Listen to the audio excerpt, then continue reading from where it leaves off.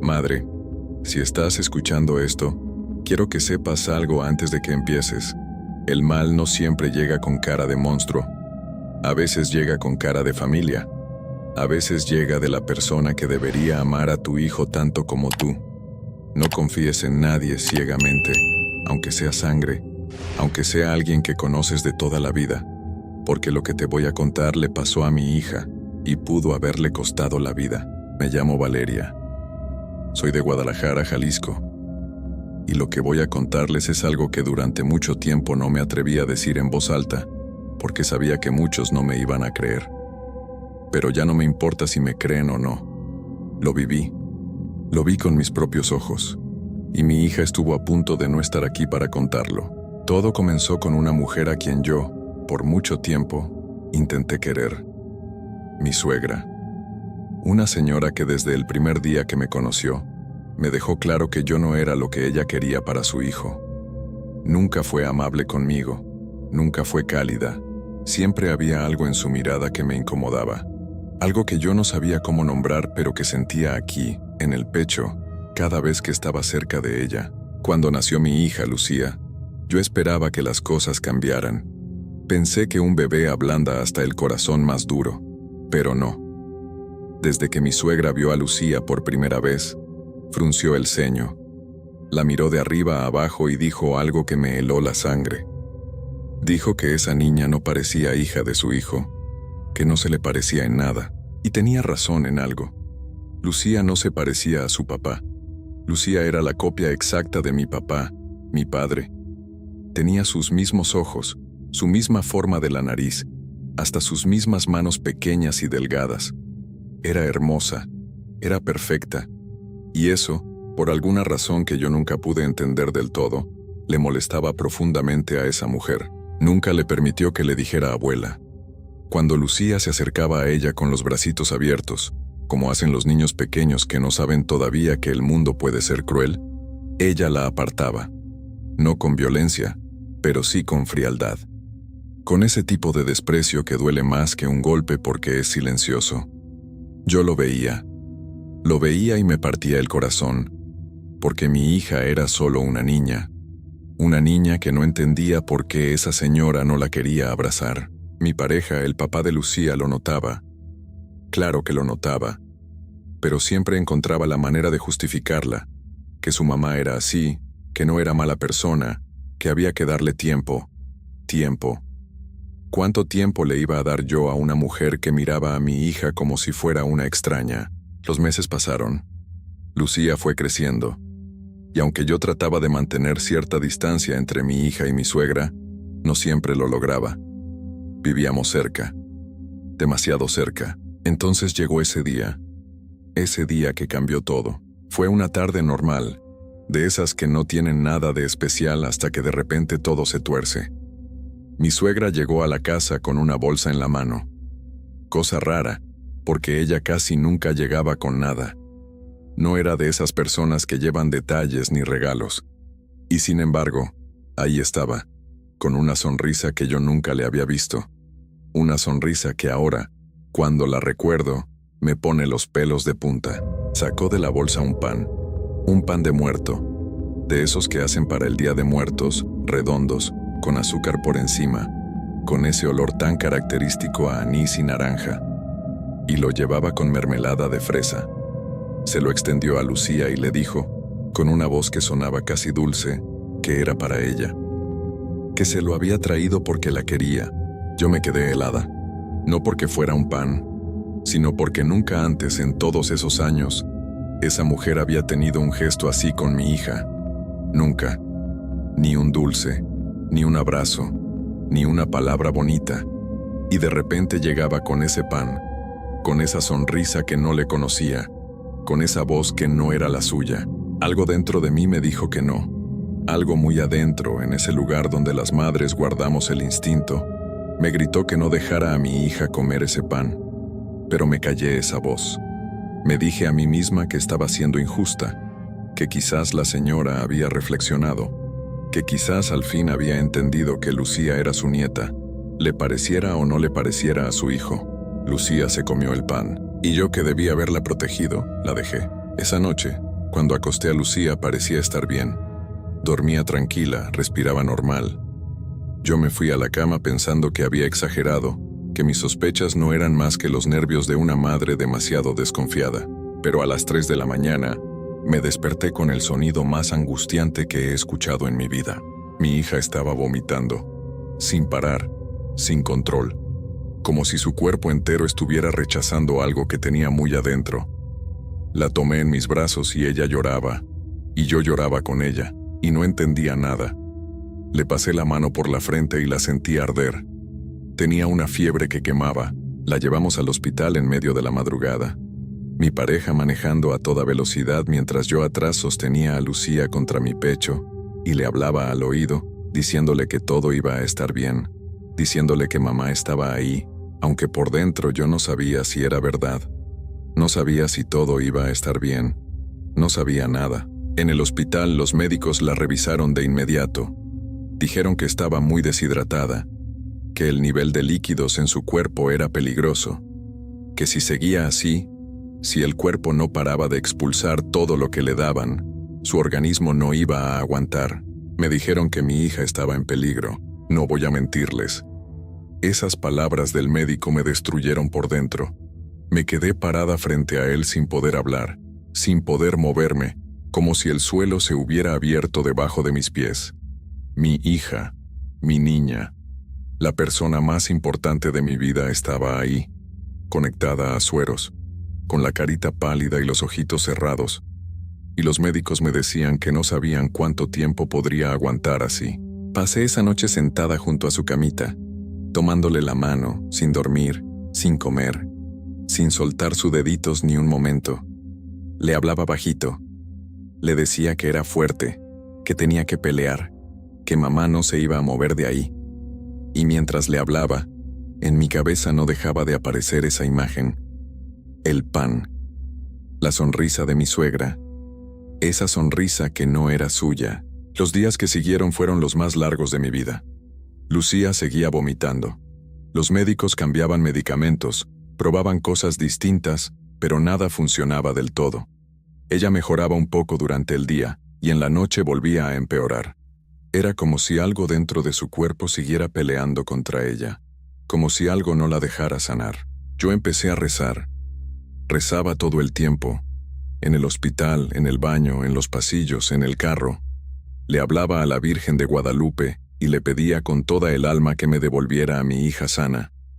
Y en uno de esos momentos, de rodillas en la capilla del hospital, con el corazón destrozado, le hice una promesa. Le dije que si mi hija salía de ahí bien, yo iría a la basílica, de rodillas, todo el camino, sin importar el dolor, sin importar cuánto tardara.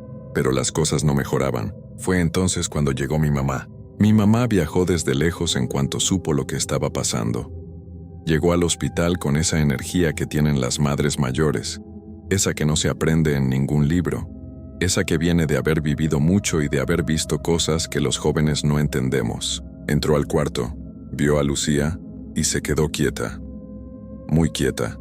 La miró durante unos segundos largos, sin decir nada, y luego me miró a mí, con una expresión que me erizó la piel. Me dijo: a la niña le dieron sapo. Yo no entendí. Le pregunté qué quería decir. Pensé que hablaba de algo médico, de alguna enfermedad que yo no conocía. Pero no. Mi mamá me explicó, con una voz muy seria y muy calmada, que el sapo se puede usar en ciertas prácticas para hacerle daño a alguien, que hay personas que saben cómo prepararlo, cómo mezclarlo, cómo meterlo en la comida de alguien sin que se note, y que cuando entra al cuerpo de un niño pequeño, el daño puede ser muy grave. Me quedé sin palabras, porque en ese momento todo encajó. El pan, la mermelada de fresa que tapaba cualquier sabor extraño, la sonrisa falsa, el gesto de cariño que nunca antes había existido. Todo había sido planeado, todo había sido preparado con cuidado, con intención, con un odio tan profundo que yo todavía no logro comprender del todo.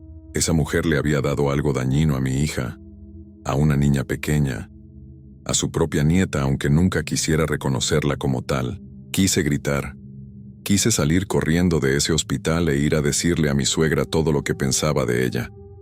Pero no podía dejar a Lucía. No podía moverme de su lado.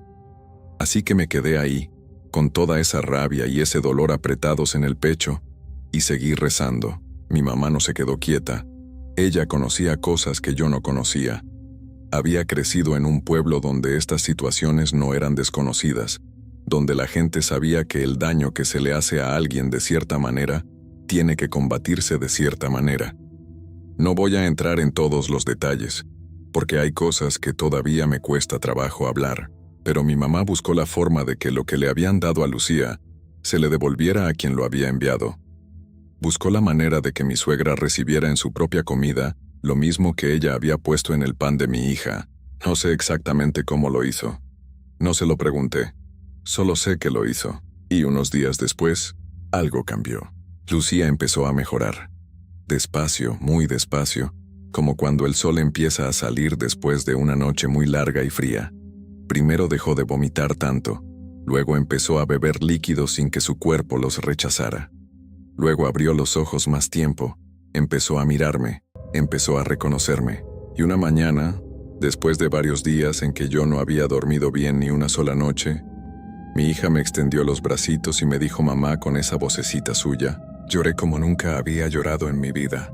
Los médicos seguían sin tener una explicación clara de lo que había causado todo aquello.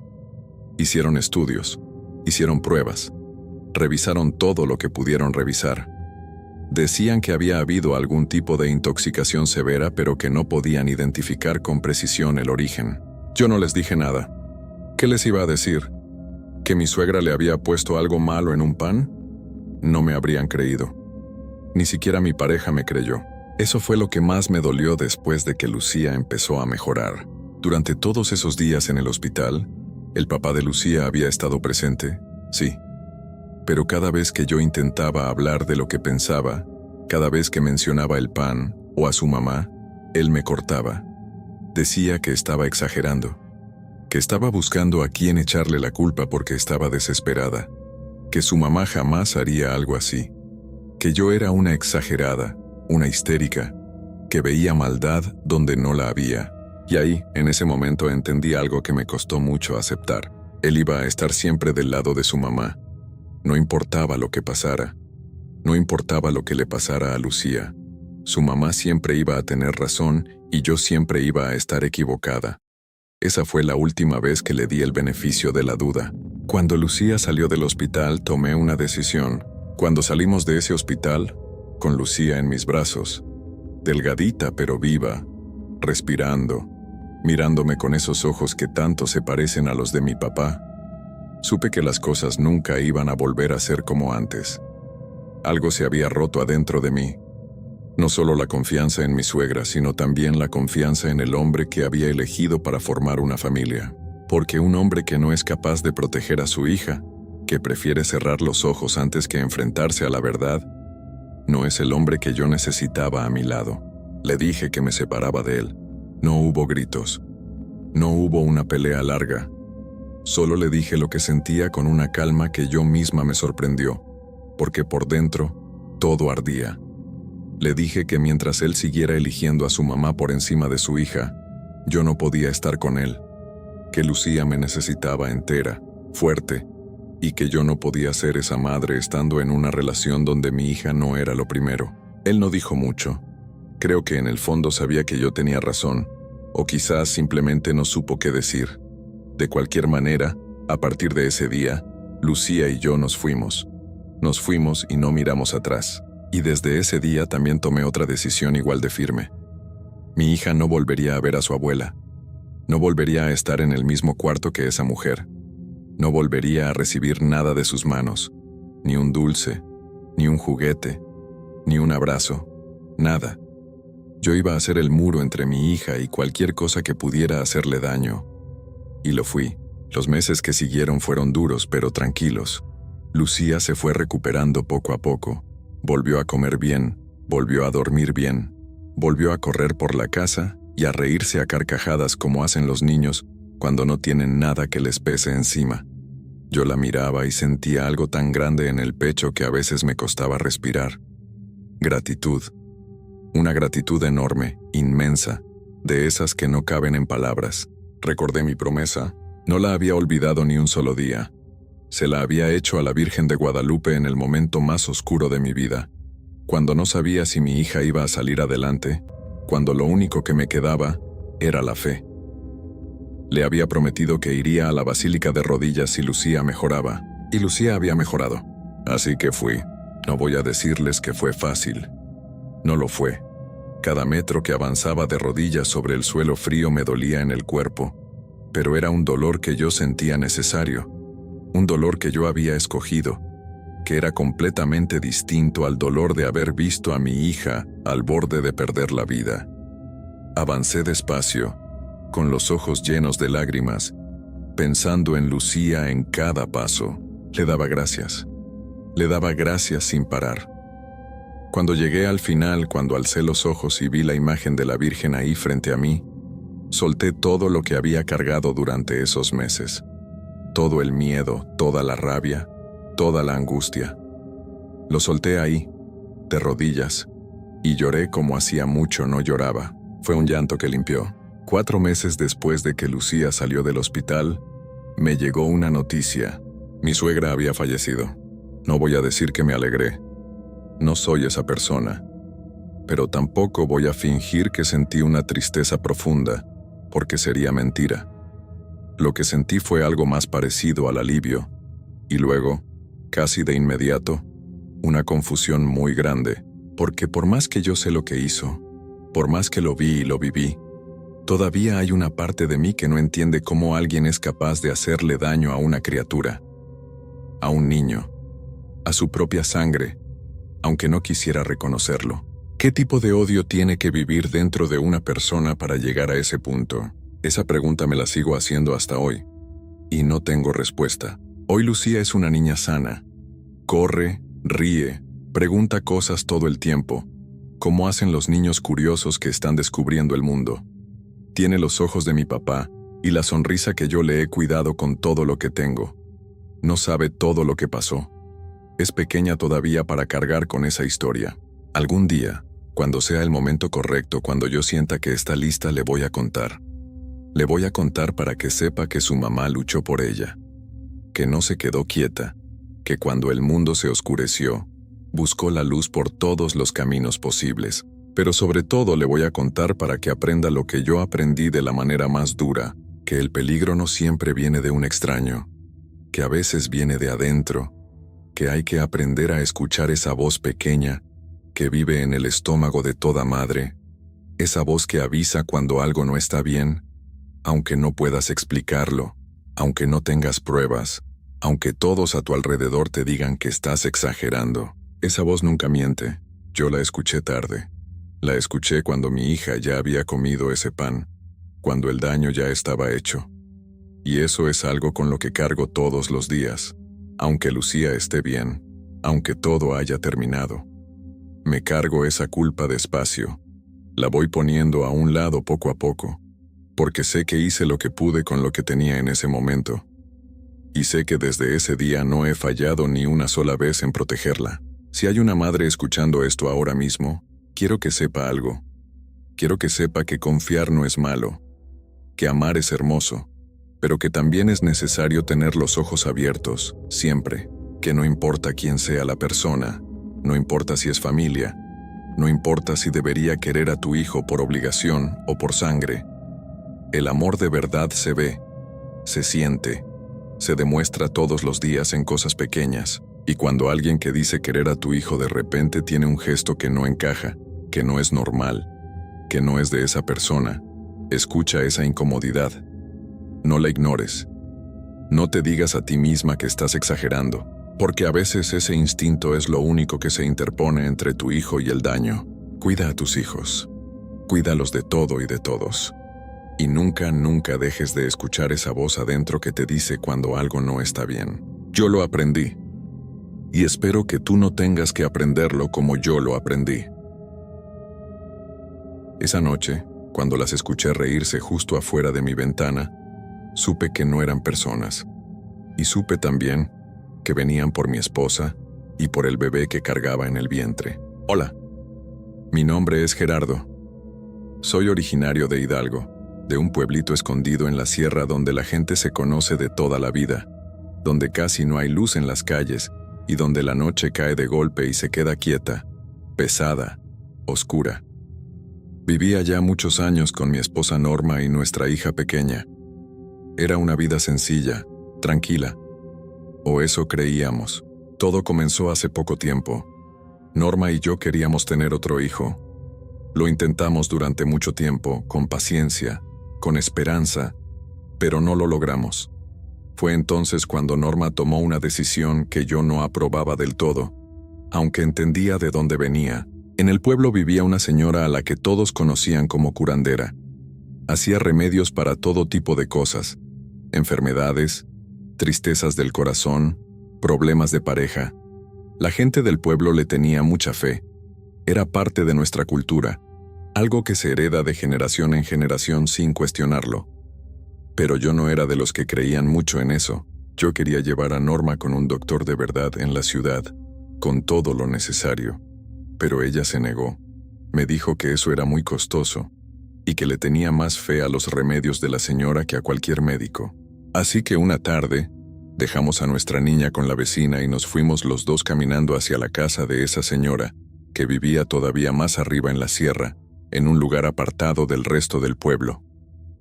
El camino ya de por sí daba cierto miedo. Era un sendero angosto entre árboles altos, con el sonido del viento y los animales del monte como única compañía. Llegamos y la señora nos abrió la puerta. Era una mujer mayor, de mirada seria. Lo primero que hizo fue verme a mí con una expresión que no me gustó nada. Me dijo, casi sin saludar, que yo tenía una energía muy negativa a mi alrededor. Me miró de arriba a abajo y me pidió que me saliera, que la que quería concebir era Norma, no yo, y que mi presencia no era bienvenida adentro. Le dije a Norma en voz baja que estaría afuera esperándola por cualquier cosa. Ella asintió y entró. Yo me quedé parado frente a la puerta cerrada. Pasaron los minutos. 10, 20, 40. Ya estaba oscureciendo y yo empecé a inquietarme. En la sierra, cuando cae la noche, no hay nada. No hay faroles, no hay carros, no hay vecinos cerca, solo el monte y sus sonidos. Toqué la puerta. Nadie respondió. Volví a tocar más fuerte y dije, Norma, ¿todo bien? Tenemos que irnos. Lo que recibí fue el grito de la señora desde adentro, diciéndome que no podía entrar, que ya casi terminaban. Esperé unos minutos más, casi listo para entrar a la fuerza, cuando la puerta se abrió y salió Norma. Tenía una cara extraña, una mirada perdida, como de quien acaba de despertar de un sueño y no sabe bien dónde está. Le pregunté si estaba bien, y ella solo movió la cabeza diciendo que sí, sin hablar, y comenzó a caminar de regreso. La anciana no volvió a asomarse, solo cerró la puerta. Caminamos en silencio por la sierra. Yo le pregunté qué había pasado adentro, por qué se había tardado tanto.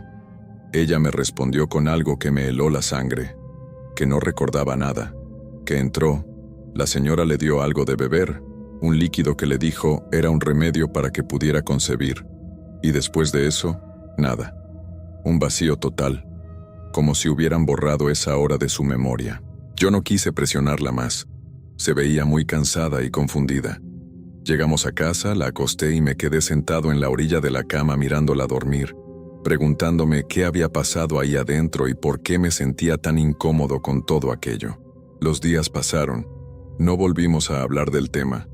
La vida siguió normal, el trabajo, la niña, la rutina de siempre, y unos meses después, llegó la noticia que tanto habíamos esperado.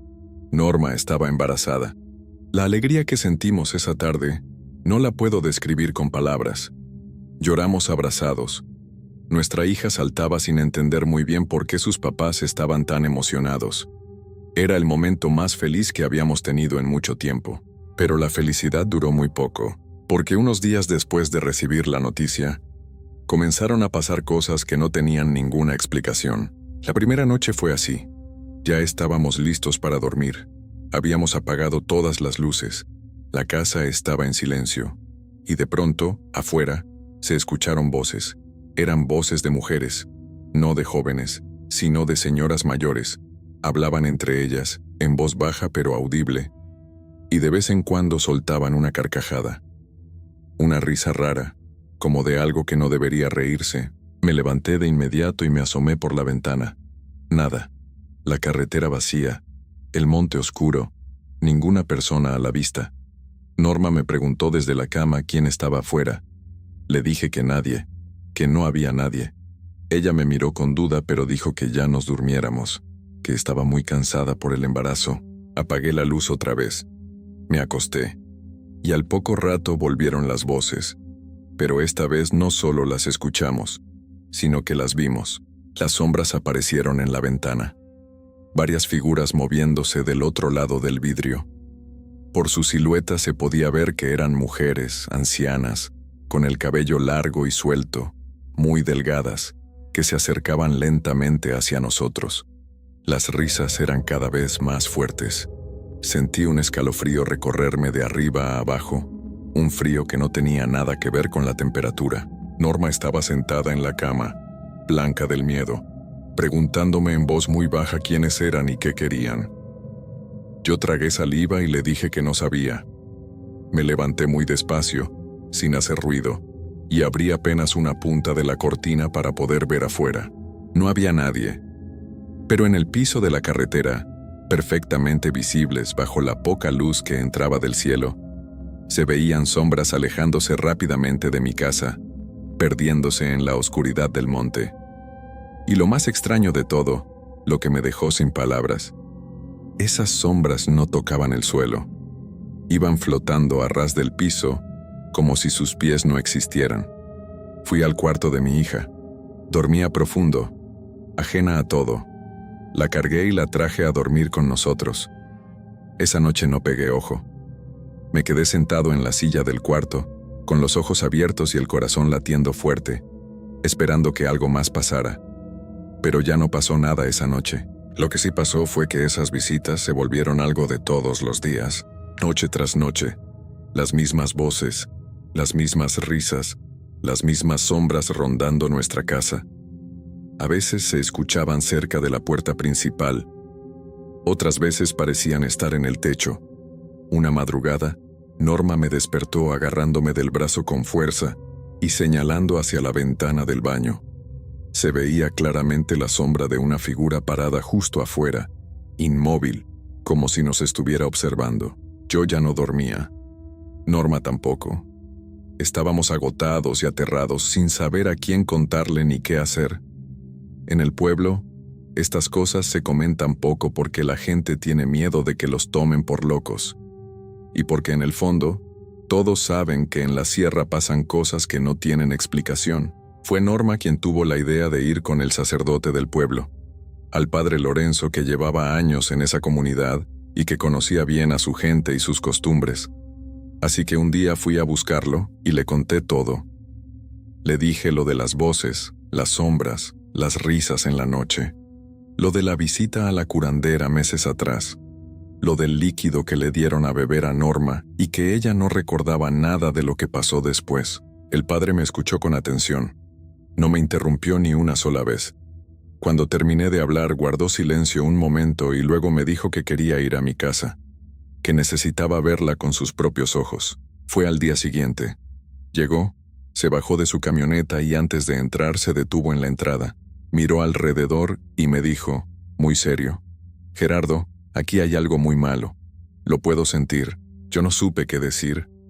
Solo le pregunté por qué nos estaba pasando esto a nosotros, si éramos gente buena, creyente, que nunca habíamos buscado nada malo ni hecho daño a nadie. El padre me preguntó cuándo habían empezado las cosas extrañas. Le dije que justo después de que nos enteramos del embarazo de Norma. Me volvió a ver y me preguntó si había pasado algo inusual antes de eso. Le conté de nuevo lo de la curandera. Y fue entonces cuando el padre cerró los ojos, movió la cabeza lentamente de un lado al otro, y me dijo algo que cambió todo. Me dijo que teníamos que irnos, que nos teníamos que ir lo antes posible.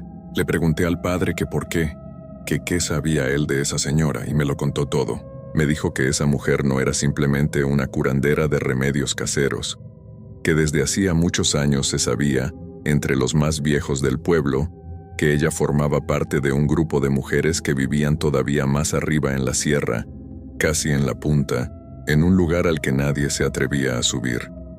Eran varias. Nadie sabía con exactitud cuántas. Nunca bajaban al pueblo. No se mezclaban con nadie.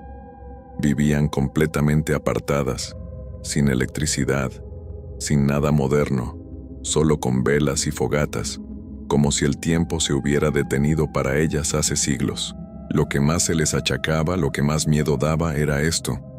Les gustaba acechar a las mujeres embarazadas, especialmente a las que estaban a punto de dar a luz.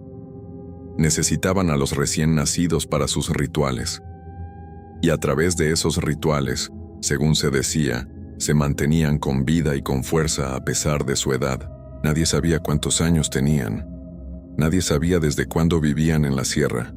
Solo se sabía que llevaban allí desde antes de que los más ancianos del pueblo nacieran. El padre me contó que años atrás hubo varias mujeres embarazadas que desaparecieron en el pueblo, una tras otra, sin explicación. Los hombres organizaron vigilias nocturnas, turnándose para cuidar las casas y los caminos. Una tarde, cuando ya casi oscurecía, un hombre que vigilaba desde su ventana vio algo que no olvidó en su vida. Una mujer embarazada caminaba sola por la carretera, de regreso a su casa. Y de la nada, del monte de ambos lados del camino, salieron 4 mujeres.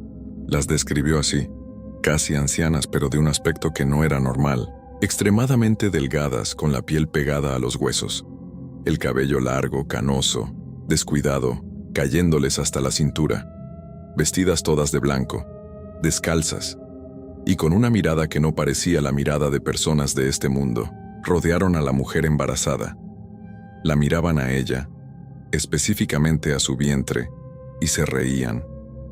Una risa que el hombre dijo que nunca había escuchado antes y que esperaba no volver a escuchar jamás. Él salió corriendo a pedir ayuda. Los vecinos salieron con él, gritándoles a esas mujeres que la dejaran. En cuanto las vieron llegar, esas figuras salieron disparadas hacia el monte y desaparecieron entre los árboles como si se los tragara la oscuridad. Corrieron a ayudar a la mujer embarazada. Estaba parada en medio de la carretera, inmóvil, con los ojos muy abiertos. El susto fue tan grande que no pudo hablar en varios días. Quienes la conocían decían que desde esa noche algo en ella cambió para siempre. Los hombres del pueblo subieron a buscarlas. Recorrieron la sierra durante días. No encontraron nada, ni rastro de ellas, ni de su supuesto refugio. Es como si la montaña misma las escondiera. El padre me miró y me dijo: Gerardo, cuando fueron a esa casa y le dieron a Norma ese líquido, la durmieron. La dejaron inconsciente para hacerle algún tipo de ritual, para marcarla, para que cuando concibiera, ellas supieran dónde encontrarla. Y ahora que está embarazada, vienen cada noche porque quieren a ese bebé. Yo sentí que el piso se movía debajo de mis pies. Me recargué en la pared porque las piernas no me sostenían. Empecé a llorar sin poder evitarlo, repitiendo ¿por qué a nosotros? ¿Por qué a nosotros? Si solo queríamos ser padres. El padre me dio un abrazo fuerte y me dijo algo que se me grabó para siempre. Escúchame bien, Gerardo. Váyanse cuanto antes. Norma y ese bebé corren mucho peligro aquí. Yo no quise contarle a Norma todo lo que el padre me había dicho. No quería asustarla en su estado. Solo le dije que me habían ofrecido un buen trabajo en la ciudad de San Luis, que viviríamos un tiempo en casa de mi tío mientras nos acomodábamos. Ella me miró sorprendida y me dijo: ¿Y cuándo pensabas decírmelo? Tenemos aquí nuestra casa, nuestra vida. No quiero irme a vivir de arrimada a ningún lado. La convencí hablándole de una vida mejor, de más comodidades para nuestros hijos, de oportunidades que el pueblo no podía darnos. Al final aceptó, aunque a regañadientes. Esa misma noche empezamos a empacar. Decidimos irnos al día siguiente por la mañana. Acomodamos todo lo que pudimos en la camioneta y nos fuimos a dormir. No llevábamos mucho rato acostados cuando las escuchamos de nuevo. Las risas regresaron, pero esta vez eran distintas, más cercanas, más fuertes, como si supieran que nos íbamos a ir y esa fuera su última oportunidad. Tomé el rosario que el padre me había dado antes de irse y lo apunté hacia la ventana. Les grité con toda la voz que tuve: «Váyanse de aquí, no son bienvenidas, fuera de mi casa». Norma se incorporó en la cama mirándome con los ojos muy abiertos, sin entender qué estaba pasando. Mi hija comenzó a llorar desde su cuarto, y las risas del otro lado de la ventana se hicieron más fuertes, burlándose de mí, como si mis palabras no les importaran en lo más mínimo. Me levanté. Sé que no debía haberlo hecho. Sé que el padre me había dicho que no abriera la ventana. Pero en ese momento el miedo se mezcló con algo más, con rabia, con una desesperación que no pude controlar. Me acerqué a la ventana y la abrí de golpe. Ahí estaban, 4 mujeres paradas justo afuera, vestidas de blanco, descalzas, con el cabello canoso y largo suelto sobre sus hombros. La piel les colgaba sobre los huesos como si no hubiera nada más debajo. Las ojeras que tenían eran tan oscuras y profundas que sus ojos parecían hundidos en la cara. Y sonreían. Todas al mismo tiempo me sonreían. Se acercaban muy despacio, sin prisa, como quien sabe que tiene todo el tiempo del mundo. Norma gritó desde la cama con un grito que nunca olvidaré. Mi hija lloraba a todo pulmón en su cuarto. Yo apuntaba el rosario hacia ellas con el brazo temblando, repitiendo que no podían entrar, que la casa estaba bendecida, que se fueran, pero parecía que mis palabras les resbalaban. Seguían avanzando riéndose con esa risa que parece salir de un lugar que no existe en este mundo. Cerré la ventana de golpe y llamé al padre desde mi teléfono. Contestó casi de inmediato, como si estuviera esperando mi llamada.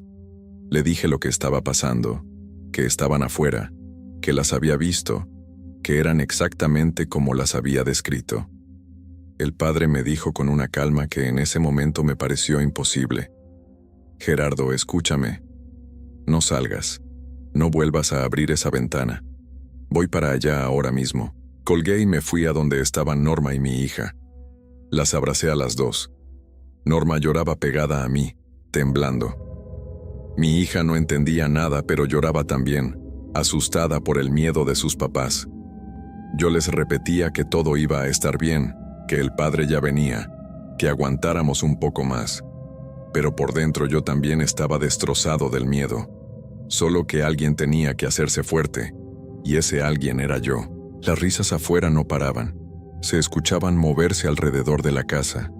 Primero en la ventana del cuarto, luego en la puerta, luego otra vez en la ventana del baño, como si estuvieran buscando una entrada, probando cada hueco, cada resquicio. Pasaron los minutos más largos de mi vida, y entonces escuchamos llegar la camioneta del padre. Venía acompañado de otro sacerdote, uno más joven. Los dos bajaron sin dudar y comenzaron a rezar en voz alta, caminando alrededor de la casa.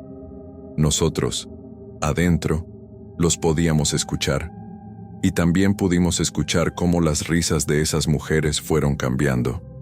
Primero se volvieron más agresivas, más fuertes, como si quisieran tapar las oraciones, y luego, poco a poco, se fueron alejando. Primero hacia la carretera, luego más lejos, hasta que el único sonido que quedó fue el de los 2 sacerdotes rezando afuera y el viento entre los árboles. El padre tocó mi puerta y dijo: «Gerardo, ya no están, ábrenos». Corrí a abrir. Me eché en sus brazos llorando como no había llorado desde que era niño.